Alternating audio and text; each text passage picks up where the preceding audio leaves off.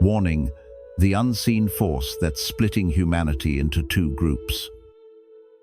There's a force moving through humanity right now, but it's not a weapon, nor a law, nor a political movement. You won't see it in headlines or measure it with data, and yet you can feel it in the way people speak, in how they treat one another, in what they choose to believe or ignore. This isn't just a change, it's a quiet war, a spiritual divide that's splitting humanity into two distinct groups. On one side are those beginning to question, to slow down, to observe. They're sensing the cracks in the story we've been sold. They long for truth, connection, and meaning. On the other side, those still clinging to certainty, to comfort, to the systems that soothe but also silence. What if this unseen force isn't tearing us apart, but asking us to choose?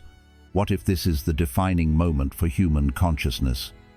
From The Journey of Wisdom, this is not just another video, this is a mirror. If you're ready to look deeper, like this video, share it, and subscribe before the choice is made for you. Number 1. The nature of the split. The unseen force that is quietly dividing humanity isn't something we can touch or measure. In simple terms, it's more subtle, more personal, and yet deeply powerful. It begins within each of us, not with politics or technology, but with attention. What we focus on, how we interpret the world around us, and where we choose to direct our energy.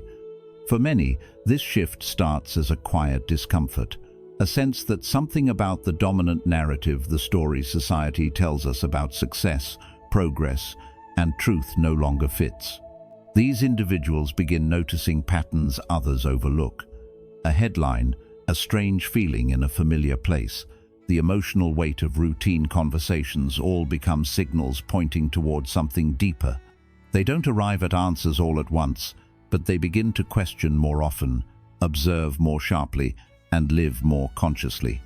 Instead of running on autopilot, they start asking, does this align with who I really am? It's not about rejecting the world, but reclaiming the self, moving from the need to conform toward the desire to live truthfully and fully. This inner shift is marked not by loud rebellion, but by quiet clarity, by choosing presence over programming, discernment over distraction.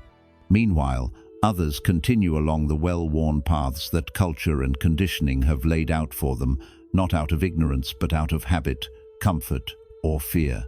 Their choices aren't inherently wrong, they're simply shaped by systems that reward compliance and punish too many questions. In this space, stability becomes the goal, and so discomfort is numbed with entertainment. Emotional complexity is outsourced to authority, and ambiguity is feared rather than explored. These individuals aren't lacking intelligence or heart, they're just operating from a different frequency, one where the need for safety often overrides the call to evolve. What's important to remember is that this isn't a hard division of us versus them. It's not a fixed label. In fact, most of us carry both parts within ourselves. One moment we may feel called to expand, to break free from old patterns, and in the next, we retreat into what's familiar. This is not a failure, it's the human journey in motion. The line between awakening and sleep doesn't separate people as much as it flows through them, shifting with awareness, intention, and courage. As this internal divide unfolds, it inevitably echoes outward into the world we share. Institutions, systems, and even nature itself begin to mirror the same split. We see political debates turning more rigid and polarized, as if society has forgotten how to listen. Trust in media, governments, and even science erodes, not because truth has vanished, but because the structures that once held it now appear more invested in control than in clarity. Our economies, too, seem to swing with emotional intensity booms filled with false hope, busts soaked in fear, reflecting our collective instability. For those awakening, this growing turbulence isn't just noise, it's a signpost, a confirmation that the old ways are straining under the weight of a new consciousness trying to be born. To others, this same turbulence feels threatening, like a world spiraling into chaos. The response then is often to cling tighter to what's known, even if that grip causes more harm than healing. Nature, too, is not silent in this unfolding. Unusual weather patterns, animals acting out of rhythm, the intensification of natural disasters, these are no longer seen by many as random or solely scientific. They are being interpreted, consciously or not, as feedback from the living planet itself. Whether one believes in a literal Earth response or views it more symbolically, the message lands the same. We are not in harmony, and the pressure to change is increasing. We are standing at a threshold where the external world begins to reflect the internal one with startling clarity. And so, the Great Divide is not just about opinions or lifestyles, it's about energy, about how we meet life in each moment. Are we moving from fear or presence? Are we reacting with distraction or responding with awareness? This unseen force doesn't force anyone to choose, but it does ask, which path are you walking, one that keeps you asleep to the truth of who you are, or one that calls you gently but firmly to wake up? Number 2. Echoes in ancient prophecy. When we look across ancient teachings and prophecies from different cultures, we begin to notice something that feels less like coincidence and more like a quiet warning meant for our time, a shared message pointing to a turning point, not marked by dramatic explosions or divine intervention, but by the choices each one of us makes, every day, in our hearts and minds. These aren't predictions set to specific dates or dramatic events.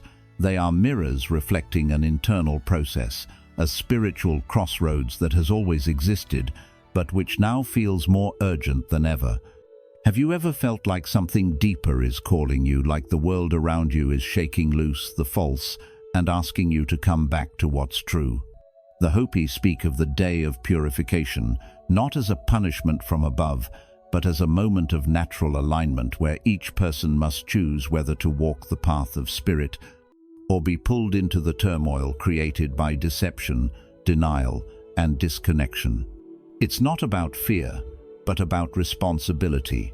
Are we living in right relationship with truth, or are we drifting along with the illusions that keep us numb and distracted? From the ancient Maya, we're offered a view of time that moves in cycles, not straight lines. The so-called end of the world wasn't ever about destruction, but about a shift in human consciousness, an invitation to reset, to awaken, and to start again with clearer vision. And in many ways, doesn't that feel like where we are now?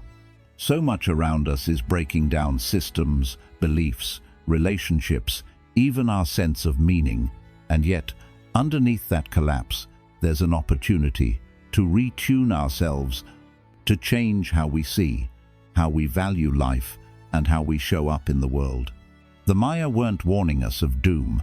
They were reminding us that every end is also a beginning if we're willing to meet it with open eyes and humble hearts. In India, the great cycles of time known as the Yugas describe our current era as the Kali Yuga, the age of inversion, where what's false is accepted as true, and what's true is often rejected, mocked, or buried. Sound familiar? But the ancient seers didn't respond to this age with panic, they responded with practice. In a time when noise drowns out wisdom, the real answer is to simplify, to come back to discernment, to live ethically, speak honestly, and remain grounded in what is real, even when confusion surrounds us. So, ask yourself, in a world that often rewards deception, what does it mean to be sincere? How do you hold on to clarity when everything around you feels distorted? These traditions across continents never demanded transformation, they simply opened the door. Awakening has always been a choice, not an order. And while no one can walk the path for you, the path itself becomes clearer the moment you begin walking. So here we are on that threshold they spoke of, a moment not marked by fire from the skies, but by the fire within. What these prophecies truly offer us is not fear, but wisdom. They remind us that we are not powerless in this time of change. In fact, we are the change. You are the change. The question now is, will you step forward with intention, or will you remain still and let the current decide for you? Because every small act of clarity, compassion, and courage helps shape not just your own life, but the world we all share. And that is the real power of prophecy, not to predict the future, but to help us see what we're capable of when we choose to wake up. Number 3, the role of technology. Let's talk about something that's right in front of us every single day, technology, and how it's playing a powerful role in this quiet but growing divide between two ways of being. You might think of your phone or computer as just a tool, but the truth is, it's more like a mirror, one that reflects and amplifies who we are and how we choose to live. Technology doesn't create this division in humanity, but it certainly makes it louder. It sharpens the lens on our state of awareness. If you're distracted, overwhelmed, or just running on autopilot, the digital world pulls you deeper into that space. Endless scrolling, short dopamine hits from likes and reactions, and content that just keeps you busy instead of helping you grow. It's all part of a system designed to keep you hooked, not awakened. Have you noticed how social media debates often feel like people yelling past each other rather than having real conversations? That's because the platforms reward outrage and tribal thinking, not understanding. And with so much carefully curated content, it becomes easy to fall into illusions thinking you're informed, when really you're just caught in a personalized bubble. But here's the thing, the very same technology, when used with awareness and intention, becomes a powerful ally for those who are waking up. It can be a torch instead of a trap. So what happens when we use technology consciously, with a clear mind and a sincere heart? Suddenly, it's not about being entertained or distracted. It's about learning, connecting, and creating. You begin to trace information back to its source, look at different points of view, and care more about what's true than what's trending. Real conversations start happening not just in big public spaces, but in smaller, quieter circles, where people support each other's growth, share insights, and build something meaningful together. Instead of using platforms to perform, you use them to document your learning, to write, speak, and contribute to the collective wisdom.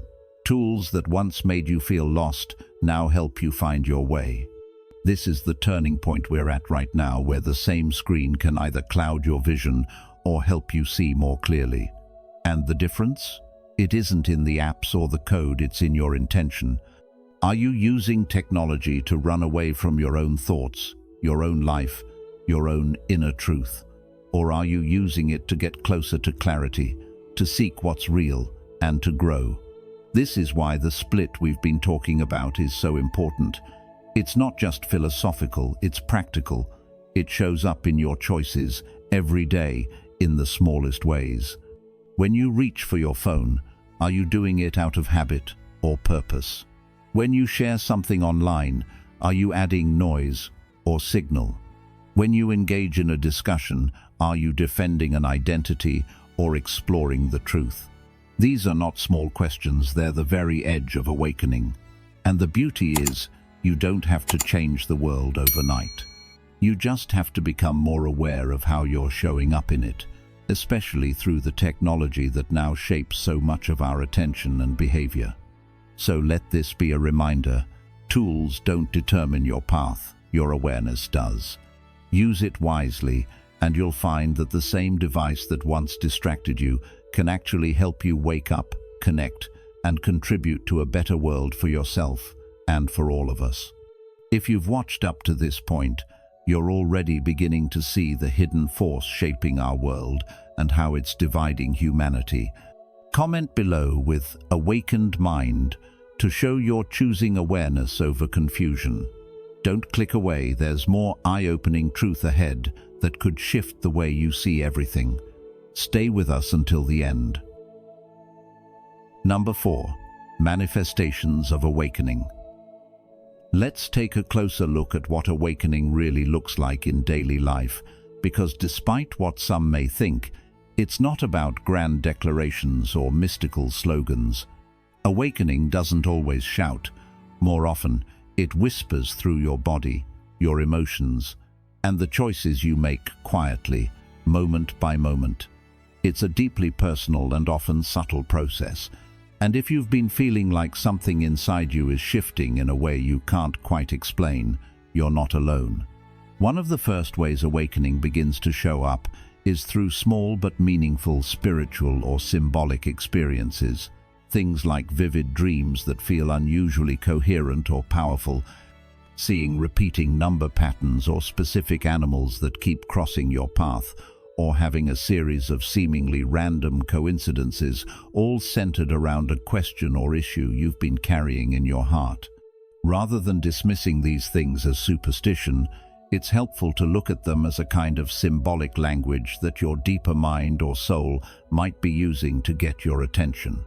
These patterns often point to truths or emotions we've buried or ignored, and while you don't need to give dramatic meaning to every little sign, noticing them, journaling about them, and reflecting on recurring themes can help bring clarity to the inner shifts you're undergoing.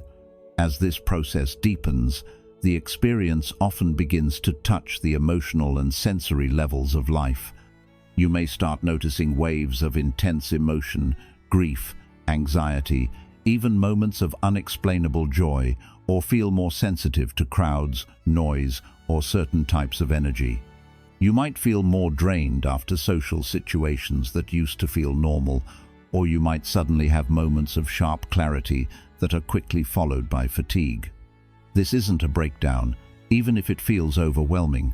It's your system trying to let go of what no longer fits and reorganize itself in a way that aligns more closely with your truth. It's important here to take care of your body and your nervous system through grounding habits like proper sleep, mindful breathing, walking in nature, honest conversations, healthy food, or just slowing down when needed. And if what you're feeling becomes too intense to manage alone, reaching out for professional support is a sign of strength, not failure. Discernment is part of the path. As this awakening takes root inside, it begins to naturally reshape your outer life too. You might feel pulled to make major lifestyle changes that you didn't expect, like moving to a quieter place, shifting careers to something more meaningful, getting rid of things that feel energetically heavy, or stepping away from relationships that run on pretense rather than truth. This isn't running away, it's realignment. It's your inner compass pointing you toward the kind of life that matches who you are becoming rather than who you've been trying to be for the sake of others. You'll begin to notice that your boundaries become clearer, your priorities sharpen, and the old desire to fit in begins to fade, not because you don't care, but because you care more about living in a way that feels true. All of this may look strange to others from the outside, but from within, it starts to feel like coming home to yourself. And when you see these signs not as isolated events, but as interconnected signals guiding you forward, the journey becomes a little less confusing and a lot more meaningful. The point isn't to chase experiences or seek validation from others. It's to build a steady sense of presence, to root yourself in what is honest, alive, and sustaining. So ask yourself, what in your life feels like it's asking to be released, and what feels like it's quietly calling you forward? Awakening isn't a destination, it's a direction, and every step you take toward your truth strengthens not just your own path, but the collective field we all share. Number 5. Challenges on the awakening path. Walking the path of awakening is not just about inner peace or personal insight. It also brings very real challenges, especially when the world around you is still shaped by systems and social patterns that often resist change. When you begin to see life through a clearer lens, you start making different choices, And naturally, this can create distance between you and the people or environments that once felt comfortable. You may notice that certain friends or even family members don't quite understand your shift. They might feel threatened, confused, or even make fun of your new perspectives, not out of malice, but because change, especially someone else's change, can stir up discomfort in those still holding on to the familiar. Old conversations that once flowed easily may now feel strained. Shared assumptions begin to fall apart. And here's the question: how do you stay true to yourself without pushing others away? This is where empathy and boundaries come into play. It's not about proving anything. It's about learning to meet others where they are, without shrinking to fit back into old versions of yourself. Instead of preaching or needing to be right, share your experiences like stories. Speak from curiosity, not from a place of urgency or superiority. Because the truth is, not everyone is ready to wake up at the same time, and that's okay. Can you still hold love, even when there's space? That's where your growth becomes a quiet strength, not just for you, but for those watching from a distance. And while you're adjusting to these new personal dynamics, another layer of challenge shows up. How do you navigate institutions and systems that are built for conformity and control? Whether it's government, media, the workplace, or even parts of science and education, many large structures prioritize stability and predictability. That means anything that questions the norm or asks deeper, more uncomfortable questions can get labeled as fringe or disruptive, no matter how thoughtful or grounded it may be. This can leave you feeling misunderstood or even silenced. But rather than falling into total distrust, which can be isolating and exhausting, try practicing discernment. Look at multiple perspectives, dig deeper, verify information, and learn how things work, instead of just rejecting them outright. Are you able to hold both appreciation for what serves and a healthy skepticism toward what limits? This balanced view allows you to engage more intelligently, especially at the local level, where human feedback is still possible and real change can begin. But perhaps the most important challenge on the awakening path is learning not to get pulled into arguments or performance. Awakening isn't about being louder, it's about being clearer. When you engage in constant debates, especially with those who are deeply attached to their narrative, you often end up drained and disconnected. But when you quietly embody coherence, living what you know to be true, without needing applause, you begin to radiate something much more powerful than words. And how do you keep your inner clarity steady amidst all this? Through daily anchors. Stillness, whether through silence, prayer, or meditation, helps settle your mind. Simplicity, choosing what truly matters and letting go of noise, keeps you focused. Discernment teaches you to feel for truth beneath appearance. And community, genuine connection with others, walking a similar path, keeps your spirit nourished. Let your presence, not your persuasion, do the heavy lifting. A calm nervous system, clear speech, and consistent action are more persuasive than any clever argument. So, what's the real invitation here? It's this: resist the urge to perform or convince. Stay grounded. Speak simply. Choose what's honest, even when it's unpopular. Your steadiness in a shaky world is the message, and the more you embody that, the more others may find the courage to do the same. That's how quiet change becomes contagious. That's how awakening ripples outward. Number 6. 2025, the year of inflection. As we move deeper into this journey, there's a particular weight to the year 2025 that can't be ignored, not because of any dramatic event marked on a calendar, but because of the energetic intensity that seems to surround it. On the surface, it may seem like just another year, but for those paying closer attention, it feels like something more like a tightening, a convergence, where timelines, decisions, and consequences are no longer spaced out, but stacked on top of one another. Things that used to unfold gradually now seem to hit all at once. You might be feeling this already, days that feel compressed, choices that seem to carry more weight, and a growing sense that sitting on the fence is no longer a neutral position. In truth, 2025 isn't just a continuation of the past, it's a threshold, a turning point where direction becomes destiny. And the question we each must face is simple yet powerful. What are you aligning yourself with right now? Clarity or confusion, presence or panic? Because the energy you choose to hold, even in the smallest of moments, is setting the path ahead. It's not about being perfect or having it all figured out. It's about understanding that momentum is real, and once it builds, it becomes harder to shift. So, what kind of momentum are your daily choices creating? This year calls for something deeper than reaction.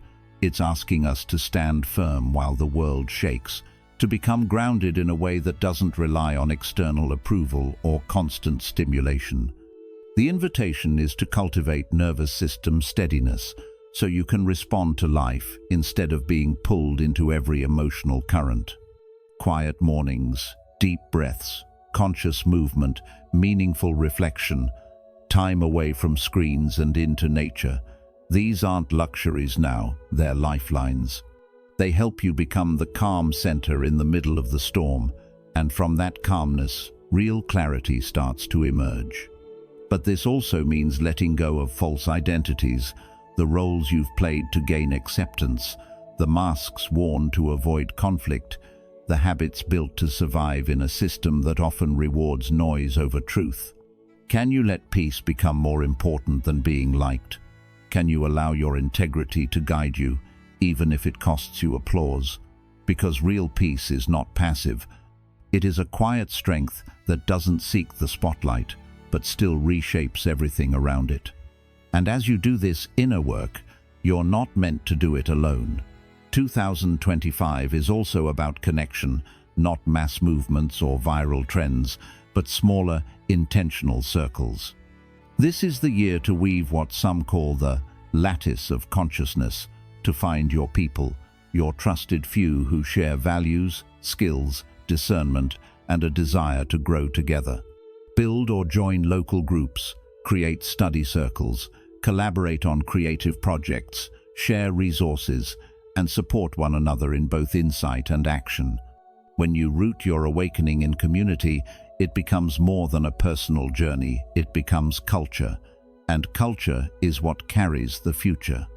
So don't look at 2025 as something to simply survive or wait out. See it for what it is, an inflection point, a pivot where the energy you choose to embody becomes the life you begin to live.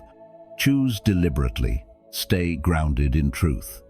Connect with others who are doing the same, because the map forward isn't just written, it's lived, day by day, through the networks we build and the presence we bring. And the future we're moving into will be shaped not by the loudest voice, but by the clearest signal. Will yours be one of them? You're not here by accident. Something within you is searching for deeper truth. Comment "conscious path" if you feel the pull toward clarity and compassion. There's more to uncover, and the next part of this video might just be the turning point you've been waiting for. Stay with us. Number 7. The Planetary Split, a Vibrational Outlook. As we explore the deeper currents shaping this divide in humanity, it becomes clear that what we're seeing is not a physical separation, but a split in vibration, a divergence in how people experience and respond to the same reality. You might walk the same streets, watch the same news, or scroll through the same social media platforms as others, yet find that your emotional world, your inner response, and your sense of what's real is completely different. This isn't just about perspective, it's about resonance. Two versions of Earth are quietly taking shape, not through geography, but through frequency. One path, often called the awakened trajectory, is grounded in cooperation, healing, and a return to harmony. People on this path are choosing to live with intention, They seek honest conversations, value mutual support, care about the well-being of their communities and the planet, and aim to use technology with wisdom rather than distraction. There's a calm coherence here, a sense that things, though still challenging, are moving in a meaningful direction. These lives tend to feel rooted in resilience, synchronicity, and an expanding sense of empathy, a deeper ability to solve problems creatively and live from connection rather than fear.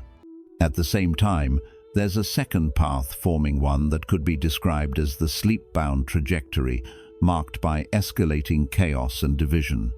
In this reality, life feels constantly rushed, reactive, and fragmented. People may cling to outdated systems or tear them down without clarity, caught in cycles of outrage and fear-based certainty. Social media, news, and daily interactions reinforce a narrative of competition, distrust, and emotional exhaustion. The markers of this path are clear: increased polarization, scapegoating, disconnection, and a slow drain of vitality and hope. It's not that these two versions of the world are visible on a map. They're felt in our nervous systems, seen in our habits, and shaped by what we choose to pay attention to. So, here's the key question. What are you tuning into?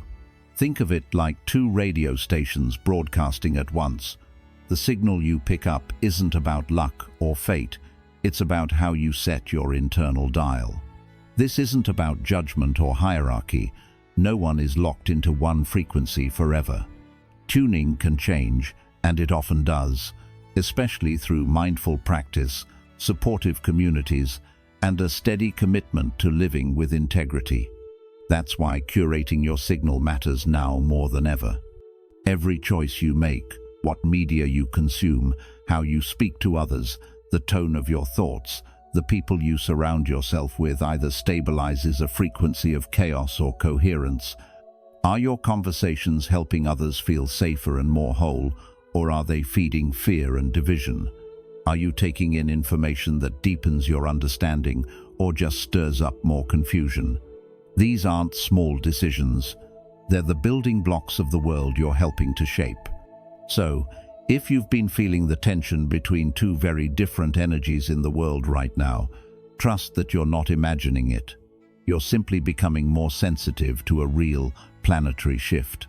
The practical takeaway is both simple and profound. Align your attention with what uplifts, grounds, and nourishes your soul. Choose carefully what you feed your mind and heart. Stay close to those who encourage clarity over chaos, and keep tuning your inner station toward truth. Because in this vibrational split, the signal you commit to is not just the one you hear, it's the one you amplify.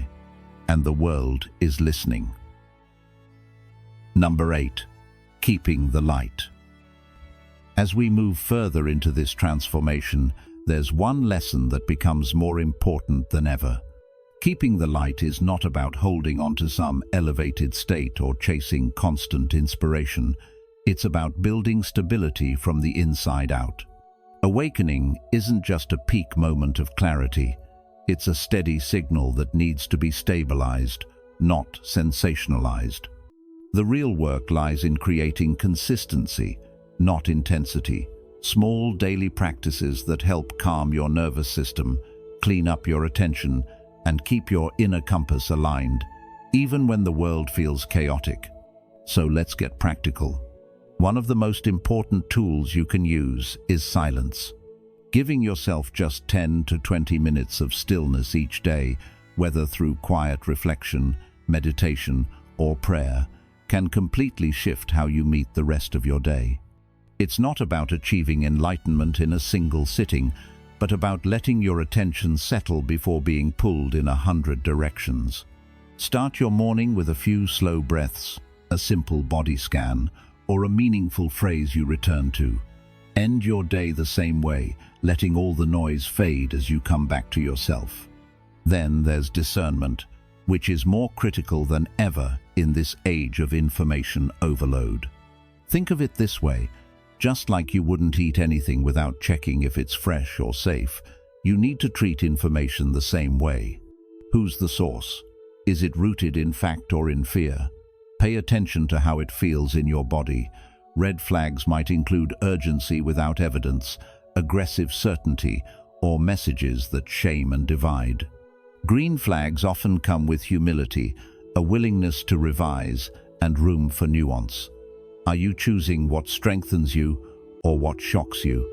As we continue, let's talk about simplicity, not as deprivation, but as clarity. When your life is cluttered with constant notifications, too many commitments, and never-ending noise, the truth has a hard time getting through. Start cutting back. Turn off non-essential notifications.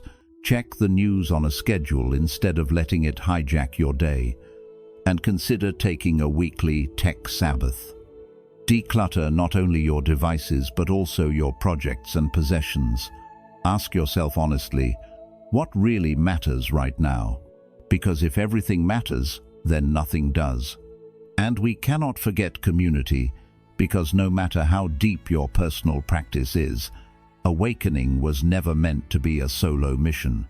Real community isn't about how many followers you have. It's about walking with a few trusted people who value truth, growth, and service. Create small circles for study, healing, creativity, or simply honest conversation. Share what you're learning. Keep your word. Rotate leadership. Mutual support isn't a backup plan. It's a foundation for collective strength. So, how do we take all this and turn it into something real? Make it a rhythm. Do it at the same time, in the same place, even if it's just for a few minutes. Don't measure streaks, track your signals. Are you sleeping better? Feeling calmer? Speaking more kindly? Build boundaries without drama. Learn to say no with respect and yes with purpose. And serve not just in theory, but with your hands, your time, and your heart. Help locally, mentor someone, repair something, support a neighbor. The message here is simple. Anchor, don't impose. Those who are waking up aren't here to convert others or win debates. They're here to hold a steady presence in a world that's being remade. You don't need a platform to make an impact. You need integrity, a calm presence, honest words, actions people can trust. Because in the end, presence will always persuade more powerfully than pressure. So the real question is, how are you holding your light not just for yourself, but for the world around you? Let that question guide how you live, day by day, because in this time of division and transformation, it's not noise that will heal us, it's steadiness. And so, as this quiet divide continues to unfold, the question isn't just what's happening out there, it's who are you becoming in response. The world doesn't need more noise, it needs clarity, presence, steadiness. If today's video has sparked something in you, whether a question, a realization, or a deeper sense of direction, trust that. Nourish it. Because every moment of awareness, no matter how small, helps shape the future we share. This has been the Journey of Wisdom. Thank you for walking this path with us. If you found this video helpful, please like, share it with someone you care about, subscribe, and turn on notifications so you won't miss the insights we have coming next. Until then, stay grounded, stay awake, and keep choosing the light one moment at a time.